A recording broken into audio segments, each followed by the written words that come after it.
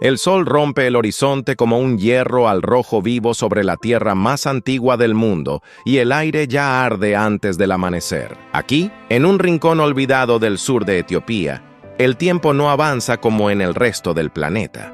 Aquí, el cuerpo humano es lienzo, la sangre es ofrenda y el dolor es belleza. Mientras tú lees esto desde una pantalla, a miles de kilómetros de distancia, existe un lugar donde los labios se estiran hasta partirse, donde las cicatrices se tallan con orgullo en la piel, donde un niño debe saltar sobre el lomo de 30 toros para convertirse en hombre. Bienvenido al Valle del Lomo, el último bastión de algo que el mundo moderno olvidó que existía. Humanidad sin filtros, sin disfraces, sin manual de instrucciones. El río Omo serpentea por esta región como una vena de vida en medio de la aridez, arrastrando consigo el lodo fértil que ha alimentado a estas tribus durante milenios. Sus aguas marrones y turbulentas son el corazón palpitante de un ecosistema humano que desafía toda lógica contemporánea. A sus orillas, donde los cocodrilos esperan inmóviles entre los juncos y las garzas picotean en busca de peces moribundos, se despliega un mosaico de culturas que parecen haber sido arrancadas directamente del Neolítico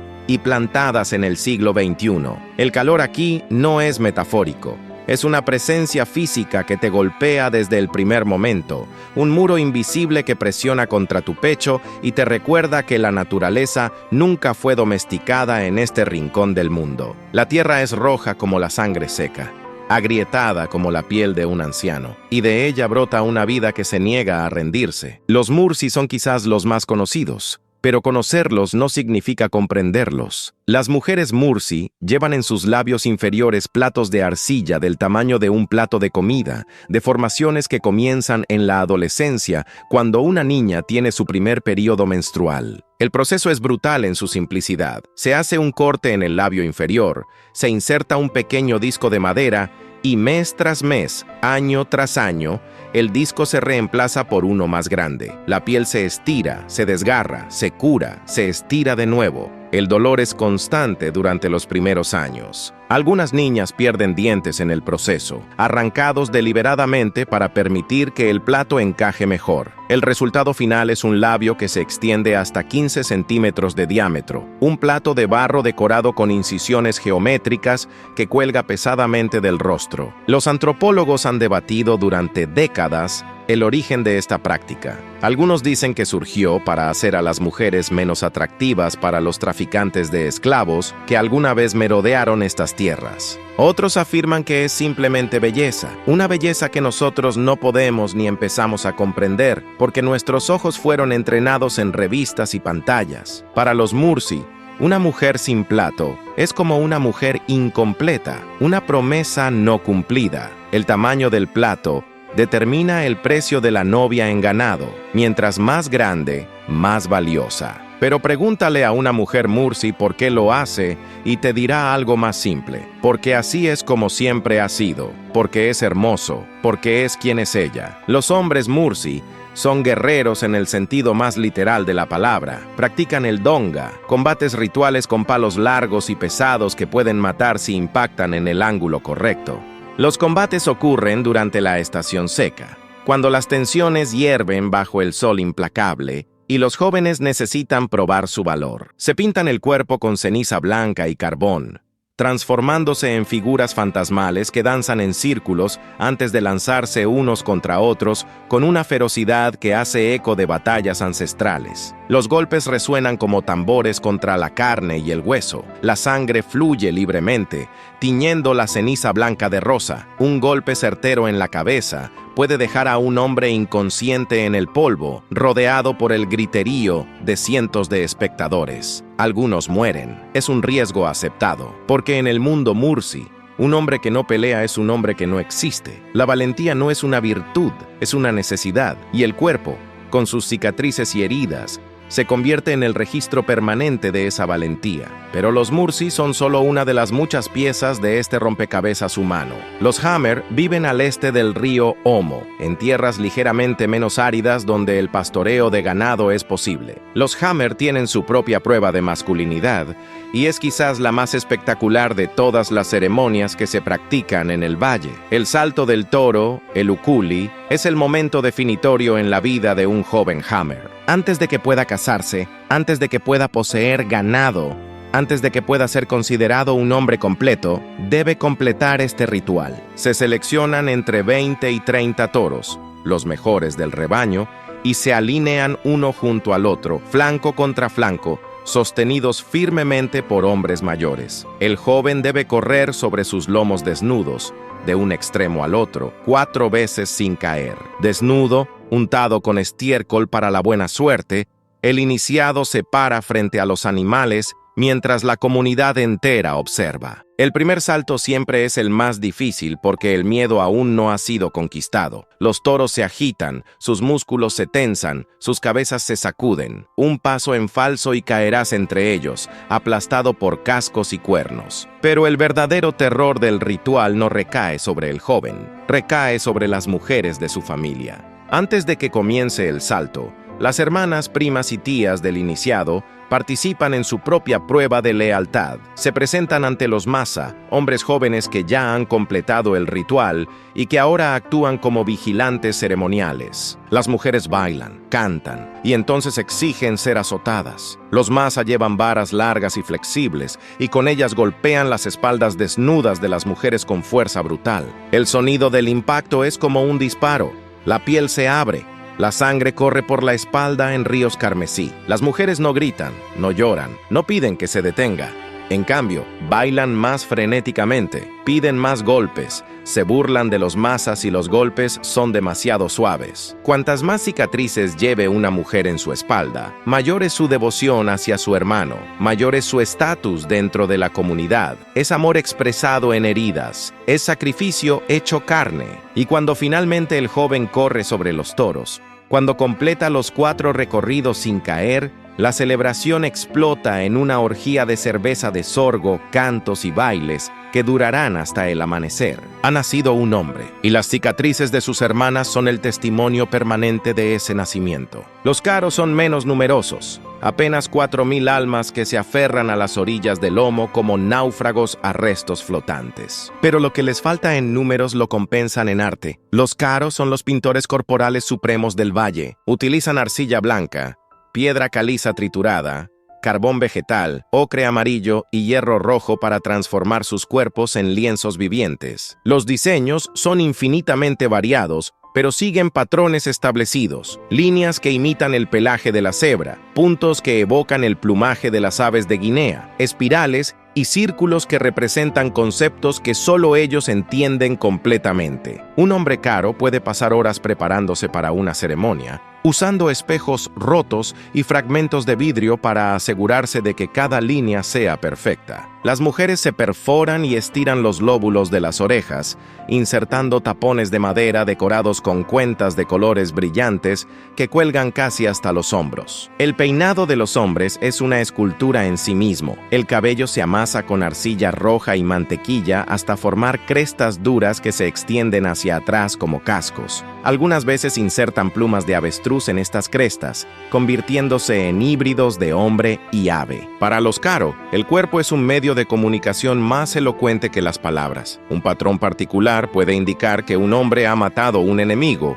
o un animal peligroso. Otro puede señalar que está buscando esposa. Las mujeres usan la pintura corporal para expresar su estado de ánimo, su fertilidad, su disponibilidad. No hay permanencia en este arte. La pintura se lava con el siguiente baño en el río, solo para ser reaplicada de manera diferente al día siguiente. Es arte efímero, belleza que existe solo en el momento, desapareciendo tan rápidamente como apareció. En una era de selfies y filtros digitales, donde la imagen se preserva y se comparte infinitamente, hay algo profundamente radical en esta temporalidad. La belleza caro no puede ser capturada, solo experimentada. Y cuando la noche cae y los fuegos se encienden en la aldea, estos seres pintados danzan entre las sombras como espíritus ancestrales invocados desde el principio del tiempo. La vida diaria en el Valle del Omo es una negociación constante con la hostilidad del entorno. El agua es escasa durante la mayor parte del año. Las mujeres caminan kilómetros hasta el río cada mañana, llenando calabazas huecas que luego transportan sobre sus cabezas de regreso a la aldea. El ganado, la verdadera riqueza de estas sociedades pastorales,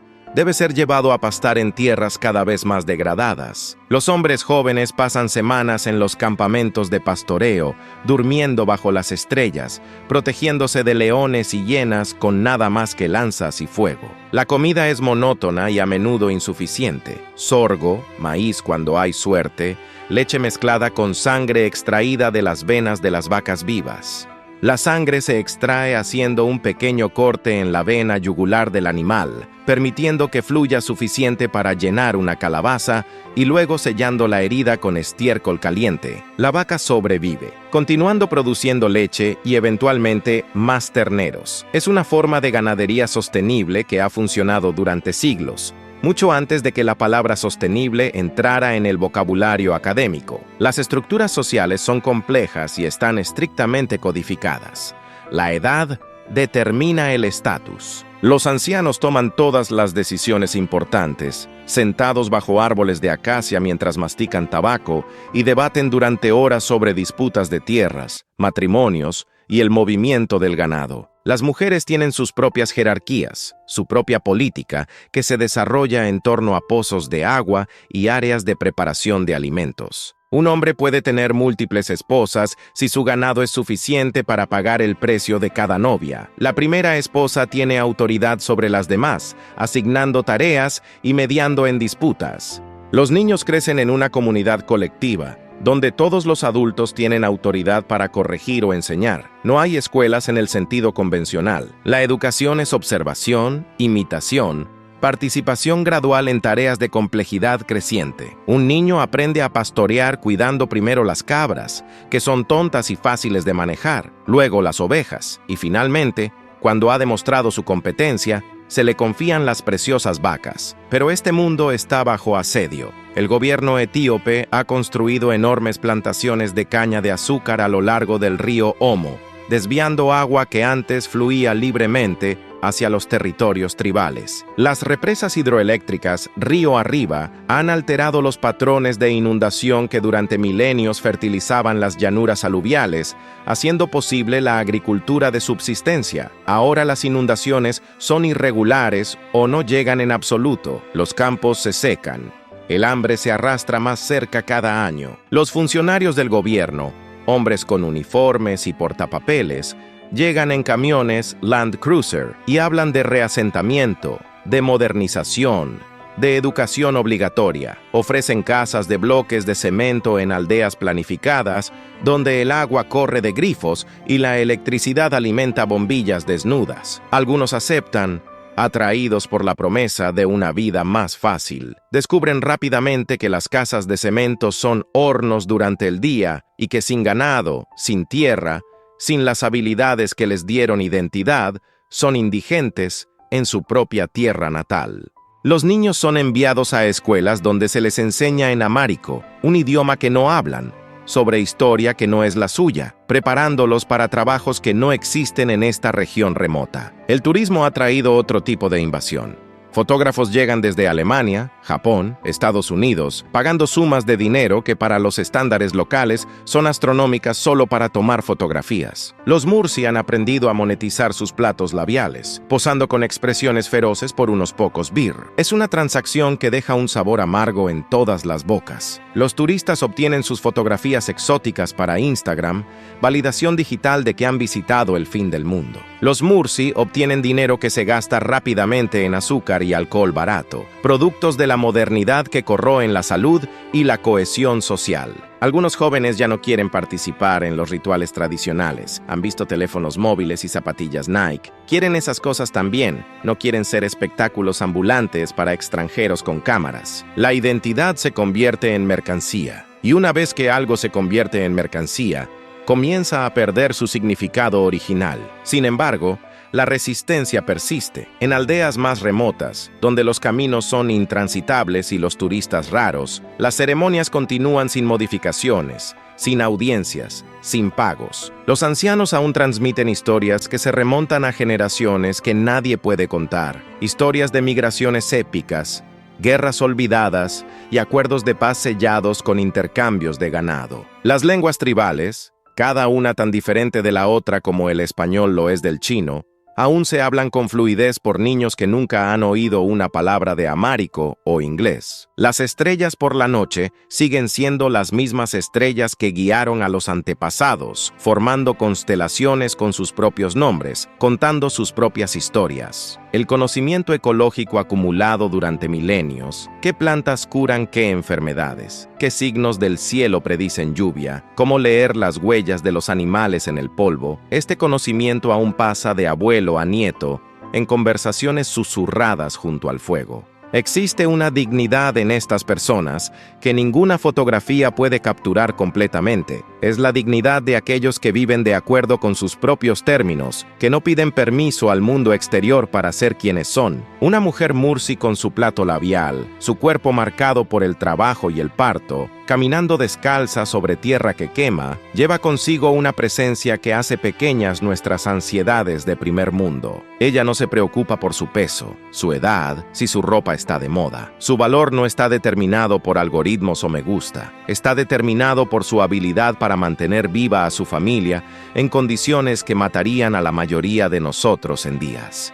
Un hombre Hammer que ha saltado los toros lleva esa experiencia en su postura, en la forma en que mira el horizonte. Ha enfrentado el miedo real, el tipo de miedo que incluye la posibilidad genuina de muerte, y lo ha conquistado. Nada de lo que el mundo moderno pueda lanzarle se comparará con ese momento. El Valle del Lomo es un espejo y lo que refleja es incómodo. Refleja que la humanidad es vasta, diversa, imposible de estandarizar. Refleja que lo que llamamos civilización es solo una de muchas formas posibles de organizar la existencia humana. Refleja que progreso es un término resbaladizo, que avanzar en una dirección significa abandonar algo en otra. Las tribus del lomo no son reliquias primitivas esperando ser elevadas a la modernidad. Son sistemas culturales completos con sus propias lógicas internas, sus propias respuestas a las preguntas eternas de cómo vivir, cómo pertenecer, cómo encontrar significado en un universo indiferente.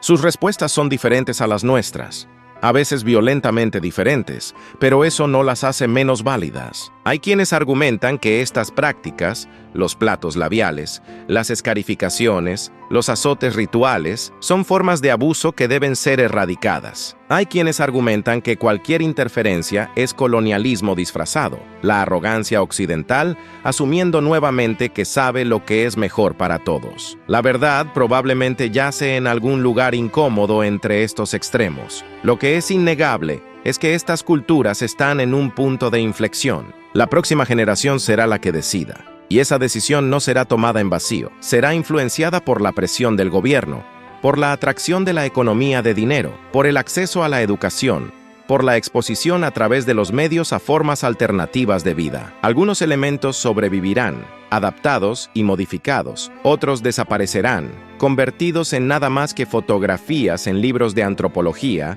y videos en YouTube vistos por personas a miles de kilómetros de distancia que nunca sentirán el calor del sol del lomo en su piel. Hay una pregunta que persiste mientras el sol comienza su descenso hacia el horizonte, pintando el cielo de naranja y púrpura, mientras el humo de 100 fuegos de cocina se eleva desde las aldeas dispersas. ¿Qué perdemos cuando una cultura muere? Perdemos un lenguaje, y con él una forma única de pensar. Perdemos conocimiento ecológico que podría ser invaluable en un futuro donde el cambio climático nos obligue a adaptarnos a entornos más hostiles. Perdemos diversidad, y la diversidad es resistencia. Es opciones. Es la diferencia entre extinción y supervivencia a nivel de especie. Pero quizás más que nada, perdemos espejos. Perdemos la capacidad de vernos a nosotros mismos desde el exterior, de reconocer que nuestras propias normas son tan arbitrarias, tan construidas, como los platos labiales de los Mursi o el salto del toro de los Hammer. Perdemos la humildad que viene de saber que no somos el pináculo de la evolución cultural, solo una variación entre muchas. Las tribus del Valle del Lomo nos recuerdan algo que hemos trabajado muy duro para olvidar, que somos animales. Animales sofisticados, ciertamente, animales con lenguaje y tecnología y filosofía, pero animales al fin. Animales que sangran, que sienten dolor, que necesitan pertenencia, que buscan significado en rituales. Ellos simplemente son más honestos al respecto. Sus rituales son visibles, inscritos en la carne. Los nuestros están ocultos detrás de pantallas y contratos y convenciones sociales que pretenden no ser rituales en absoluto. Pero todos estamos haciendo lo mismo. Todos estamos tratando de responder a la pregunta fundamental: ¿cómo vivimos juntos? ¿Cómo creamos orden desde el caos? ¿Cómo encontramos belleza en un mundo que puede ser brutal? Simplemente hemos encontrado respuestas diferentes. Entonces, cuando veas la imagen de una mujer Mursi, cuando te encuentres automáticamente reaccionando con horror o fascinación, detente por un momento. Pregúntate qué te dice esa reacción sobre ti, no sobre ella. Pregúntate si tu definición de belleza es realmente tuya, o si te fue entregada por corporaciones que se benefician de tu inseguridad. Pregúntate si tu vida, con toda su comodidad moderna, tiene la riqueza ritual, el sentido de comunidad, el propósito que estas tribus han mantenido a pesar de todo. Y luego considera que quizás, solo quizás, ellos no necesitan ser salvados. Quizás solo necesitan ser respetados. Necesitan espacio para decidir su propio futuro. Necesitan que el mundo los deje ser mientras navegan entre tradición y cambio a su propio ritmo. El Valle del Lomo no es un museo. Es un lugar vivo donde las decisiones reales se toman cada día, donde el futuro se está escribiendo en tierra roja bajo un sol implacable. Y ese futuro, sea lo que sea, les pertenece a ellos. A nosotros solo nos corresponde observar, aprender y quizás, si somos lo suficientemente sabios, reconocer que la diversidad humana no es un problema a resolver, sino un tesoro a preservar. Porque el día que todos seamos iguales, el día que todos vistamos lo mismo, pensemos lo mismo, queramos lo mismo, ese día habremos perdido algo irreemplazable. Habremos perdido la prueba de que hay 1000 formas de ser humano y que cada una de ellas, por extraña o incomprensible que parezca, es una respuesta válida al milagro imposible de estar vivo.